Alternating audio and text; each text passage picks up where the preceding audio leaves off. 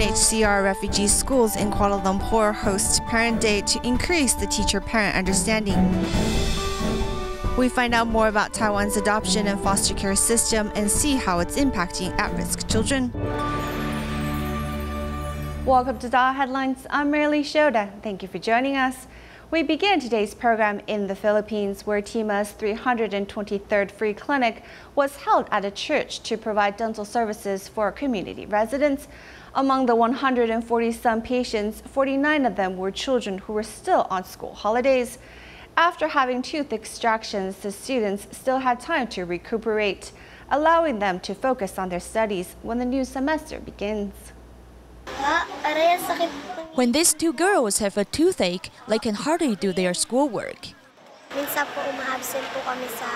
Sometimes when I have a toothache, I won't go to school because it may affect my learning.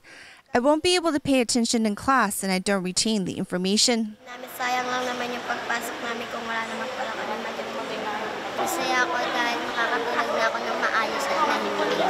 They both had cavities. Upon learning that Tzu Ji was hosting a free clinic in the community, they invited each other to this event, though they felt worried and nervous. The dentist relieved their anxiety with smiles. Most of the children visit the dentist for the first time, so we have to comfort them. We all know that the children are afraid of the entire treatment process. Visiting a private clinic will cost the family's daily income. The free dental clinic held by Tzu Ji helps reduce the underprivileged family's medical expenses. Most of them cannot afford to pay for the medical treatment at a private clinic. Some of them even ignore and endure the toothache, which delays their early treatment. Among the 140-some patients who have received free dental services at this event, 49 of them are students who are still on school holidays. After undergoing tooth extractions, they still have time to recuperate at home, so that when the new semester begins, they can focus more in class. Moving to Malaysia, Kampung Tinting Ang in Taiwan is an area populated by illegal immigrants from the Philippines and Indonesia. They live in poorly built houses on water, and because of their illegal status, their children cannot receive an education. They live difficult lives, earning little to no money, and if they happen to fall ill and need to go to the hospital, their illegal status catches up with them. For humanitarian reasons, Tzu Ji held a large-scale free clinic for the residents in this area. Tzu Ji volunteers in Malaysia held a two-day free clinic at Kampung Tinting Ang. It attracts over 2,000 villagers, and most of them are illegal immigrants.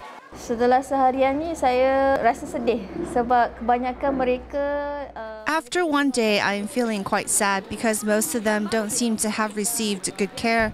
Many children are malnourished, and I also saw 3 pregnant women who are about to give birth, but they haven't had any prenatal examinations.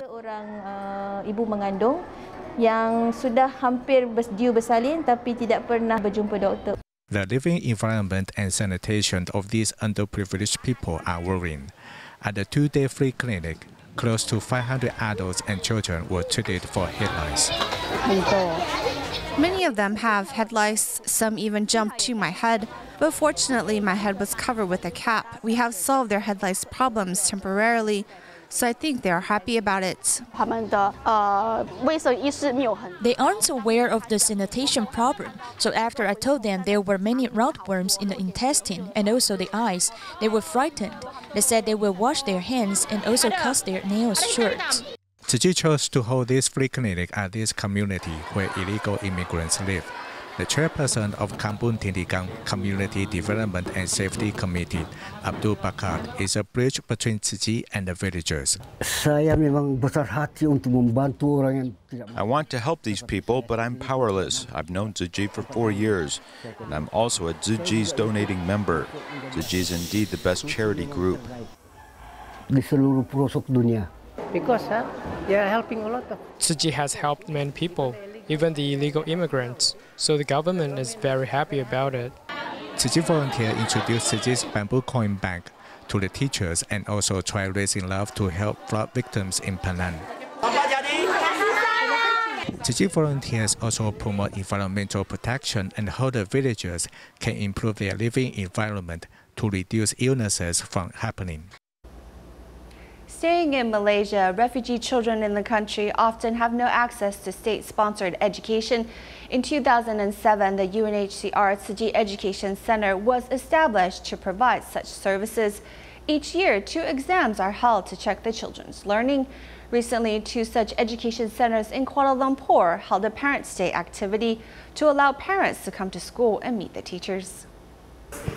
Parents' Day was held at 2 UNHCR Tzu Chi education centers in Kuala Lumpur, inviting parents of refugee children to visit these schools. Twice a year we hold Parents' Day, which is like a platform to introduce school activities and ways that parents can interact with the school. We believe that it is a very important activity. The schools hold exams twice a year and parents are presented with their students' grade on these exams in person.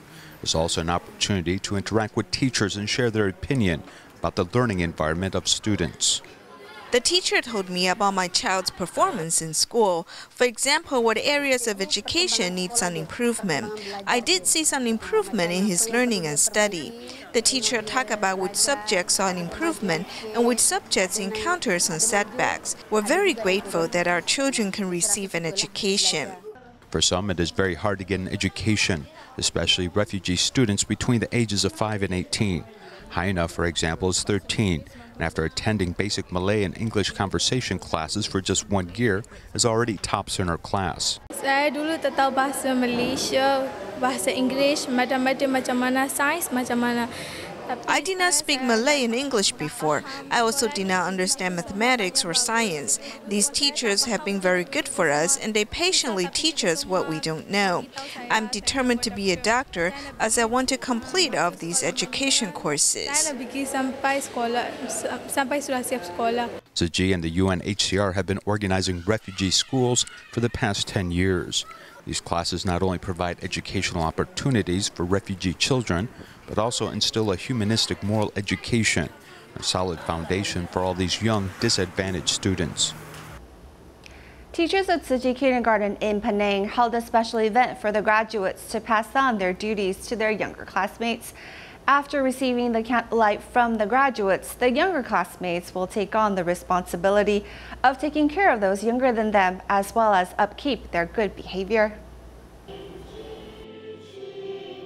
Tzu Chi Preschool in Penang hosts a special day for the graduating children to pass on their duties to younger classmates.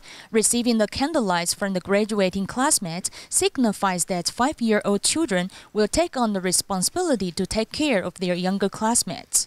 We hold this special day mainly to let 6-year-old children pass on the good habits and good behaviors that they have learned at school during the 3 years. For example, they share with their younger classmates about how to speak good words, doing good deeds, as well as carrying out filial duties. We told them when they turn 6 years old they should speak softly. Besides, they should neither fight nor play tricks on others.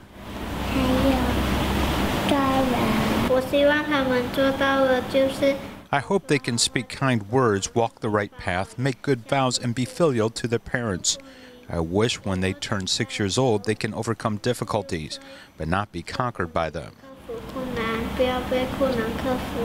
Younger classmates keep their senior classmates' words in mind. Brothers and sisters, please don't worry. I will take care of younger classmates. I wish all of you can be brave after you go to an elementary school. I hope the brothers and sisters will learn happily at their elementary school. The graduates and younger classmates send blessings to each other, passing on humanitarian education from generation to generation. Europe has been hit by a heat wave, with Portugal suffering from many forest fires from the months of June to October. Hundreds of people have died from the fire and at least 520,000 hectares of land have been destroyed. Tzu Chi volunteers from Europe who are in Taichung, Taiwan for an overseas volunteers training have reported these conditions to Master Zhen Yan, who hopes that the volunteers can soon carry out disaster relief work in Portugal. A strong wind fans the fire, keeping it strong and fierce. Ontem tudo começou aí, somos 6 horas. Agora naquele ponto deu a volta assim tudo. Hoje, perdeu tudo. Beginning in June, Portugal has suffered many forest fires, which caused the death of hundreds of lives and burned down acres of trees. The fire destroyed a forest that's over 700 years old. The fire, which occurred on October 15, destroyed nearly 80% of the forest. It's really a shame this has happened. There has been a drought in the country unseen in 20-some years, which has really worried Master Chen Yan. 真的很需要，不管农具啦，不管什么哈，他们都需要。所以咱还是咱的体系就是爱入去看，真正的了解到讲，因真正需要是啥物。Tzu volunteers from Europe returned to Taiwan to participate in the overseas volunteers training and also to report to Master Chen Yan the conditions in their country. 目前我们是有来自于法国。 Currently, we have assistance from France and other nearby countries such as England and Germany to visit Portugal, where as soon as we can visit the disaster zones to conduct surveys. With climate change and abnormal weather patterns, many people are impacted. Thus, Tzu volunteers in Europe do their best to provide proper relief for all those they need.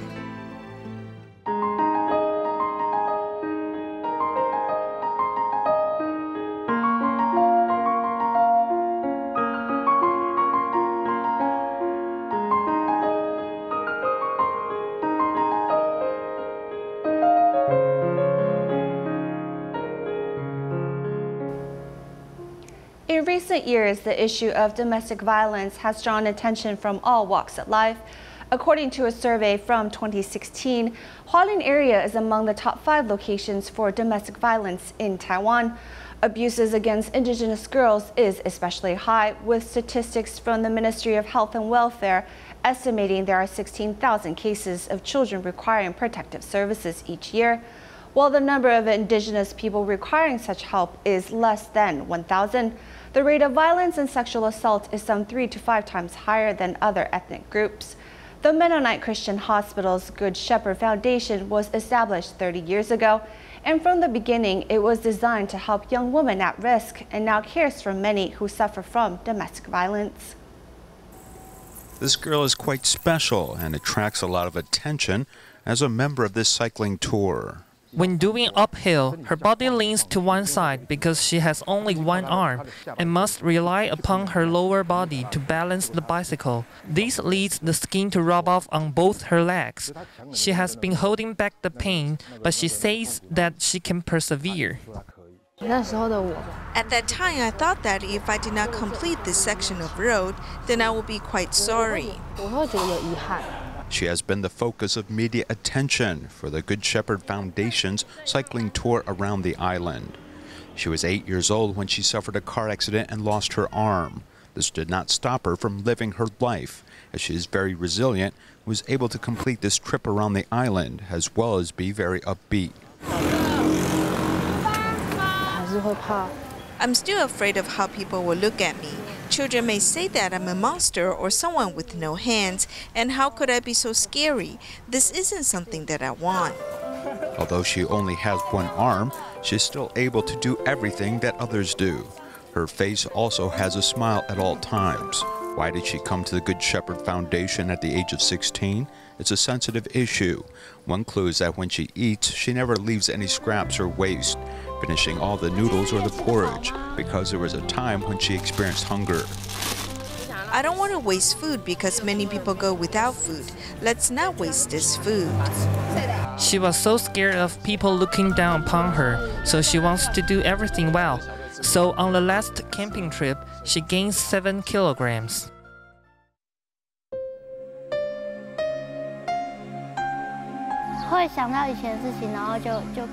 When I think back, I always cry. My first father drank a lot and then he died. This is my 4th father. The previous 3 were all quite bad. While bodies can recover from injury, the same cannot be said about emotional pain, as many of these parents are absent, have left a deep wound in the hearts of their children. The rate of domestic violence among indigenous people is 3 times that of Han Chinese. The number of sexual assaults are sometimes as high as 4 times as well.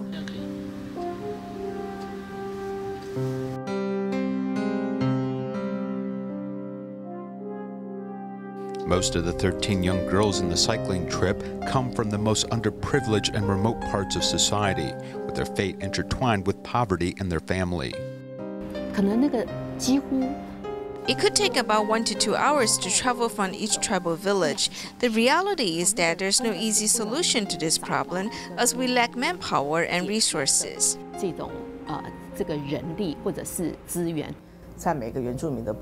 In fact, each indigenous tribe does have a family service center, but they don't have any means of uncovering these cases of domestic abuse. They aren't equipped to deal with it. This is what we have found.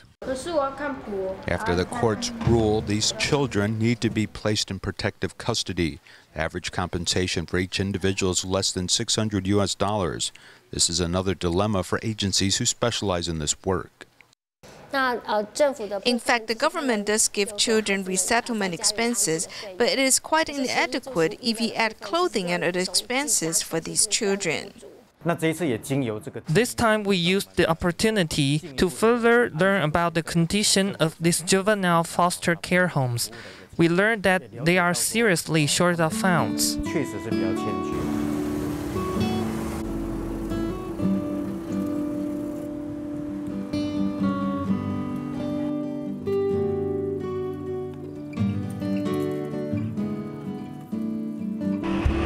Though these children suffered a cruel fate early in their lives, they continue to persevere and work hard. They have the courage to complete this major test of wills and fitness and have learned a lesson in life that they will never forget.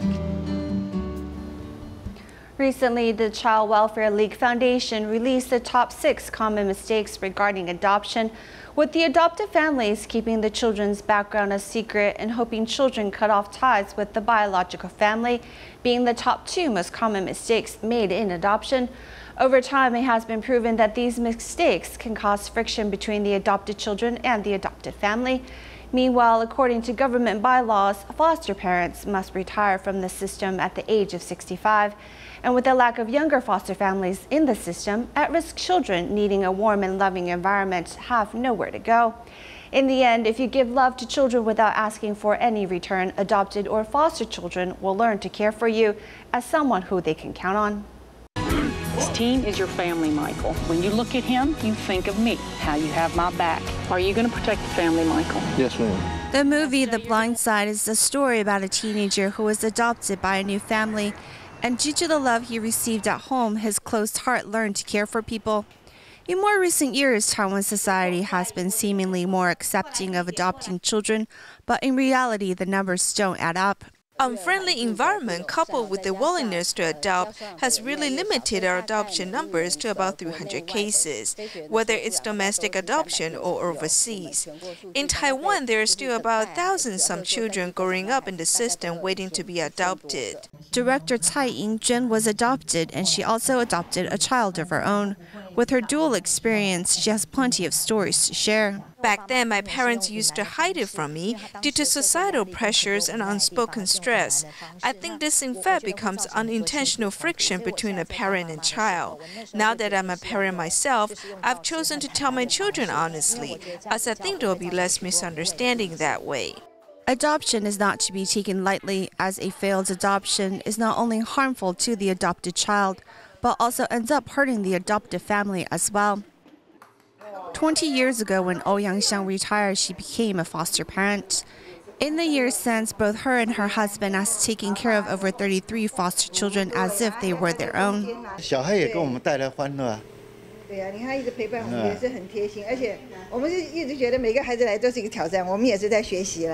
Though unable to continue to take care of the children, the couple still gives wholeheartedly to each child, ensuring these foster children feel the warmth of a family.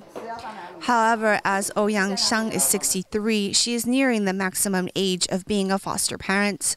In about 1 more year, you won't be able to take in more children according to our laws. You must retire at 65. It's difficult to put this down. I really can't bear it. In Taiwan, the foster family system has long had to deal with the problem of aging parents and not having younger foster parents join the field. Thus, it has been important for current foster parents to love and nurture these at-risk children, ensuring that the children can withstand outside pressures from society in the future.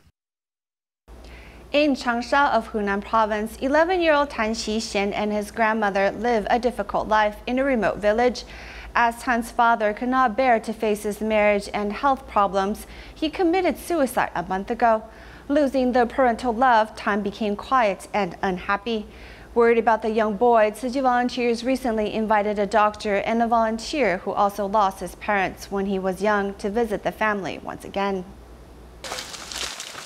75-year-old Mrs. Hu lives in the mud brick house in a remote village, cannot enjoy her latter life as she suffers from high blood pressure and heart disease. In addition, her only son committed suicide because he could not bear to face his marriage and health problems, leaving behind Mrs. Hu and her 11-year-old grandson.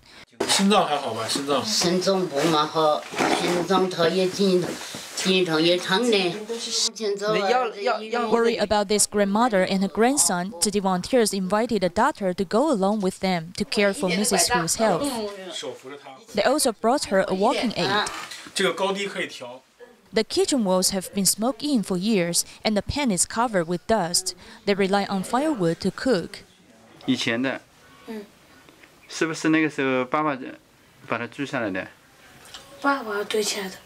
As Tan Xi-xian's grandmother is weak, volunteers encourage him to share household chores.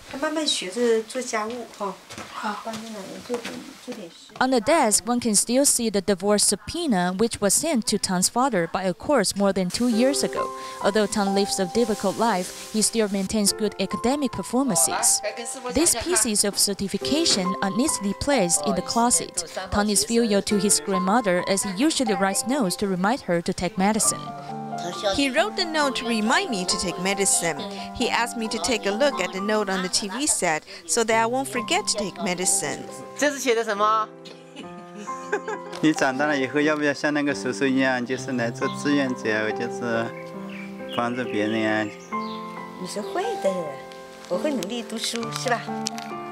Tom became quiet after his mother remarried and his father committed suicide, casting a shadow over his life. The volunteer, who also lost his parents when he was young, sympathizes with Tan. At this moment, love and warmth is the best remedy for Tan's soul.